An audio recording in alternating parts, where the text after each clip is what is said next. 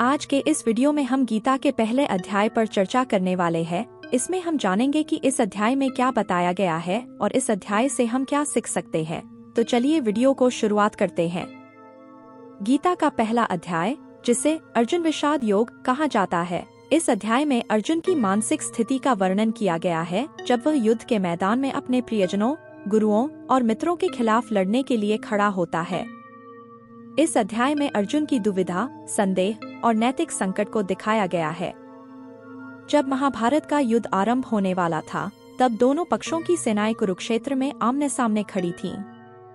भगवान श्री कृष्ण, जो अर्जुन के सारथी थे, अर्जुन को युद्ध भूमि के बीच में ले जाते हैं ताकि वह अपनी सेना और विरोधी सेना को देख सके।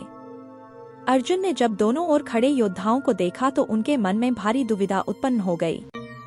उन्होंने देखा कि उनकी ही सेना में उनके अपने रिश्तेदार, गुरु और मित्र खड़े हैं और दूसरी ओर उनके विरोधी भी उन्हीं के प्रियजन हैं। अर्जुन का हृदय इस बात से भर गया कि उन्हें अपने ही रिश्तेदारों और गुरुओं के खिलाफ युद्ध करना होगा। इस मानसिक स्थिति में अर्जुन ने अपने धनुष को नीचे रख दिया और भगवान श्री कृष्ण से कहा कि वह इस युद्ध को नहीं लड़ सकते। उन्होंने कहा कि उन्हें इस युद्ध में जीतने का कोई अर्थ नहीं दिखता, क्योंकि उन्हें अपने ही लोगों को मारकर कोई विजय नहीं चाहिए। अर्जुन को यह भी लगा कि इस युद्ध से उन्हें केवल पाप ही मिलेगा, क्योंकि वह अपने ही रिश्तेदारों का सहार करेंगे। इस प्रकार गीता का पहला अध्याय अर्जुन की मानसिक दुविधा और नैतिक संकट का वर्णन करता है। अर्जुन इस समय पूरी तरह से भ्रमित और उदास थे और उन्होंने इस युद्ध को लड़ने से इनकार कर दिया। गीता के पहले अध्याय से कई महत्वपूर्ण सीखें मिलती हैं, जो न केवल अर्जुन की परिस्थिति में प्रासंगिक हैं, बल्कि आज के जीवन में भी उपयोगी हो सकती हैं।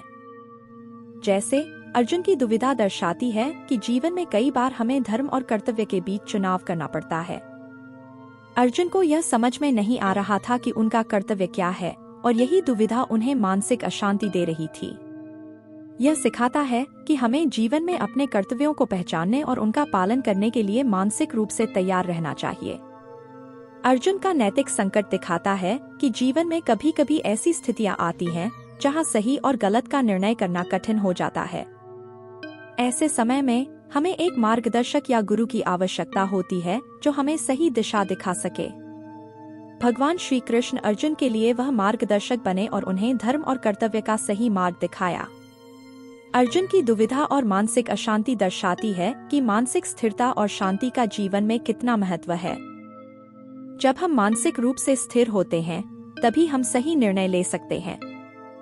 अर्जुन का मानसिक संतुलन बिगड़ गया था, जिसके कारण वे सही निर्णय नहीं ले पा रहे थे।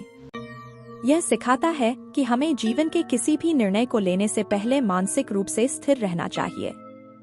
अर्जुन के लिए सबसे बड़ी दुविधा यह थी कि उन्हें अपने ही प्रियजनों के खिलाफ लड़ना था। यह दर्शाता है कि जीवन में कई बार हमें अपने रिश्तों के बीच सही और गलत का निर्णय करना पड़ता है।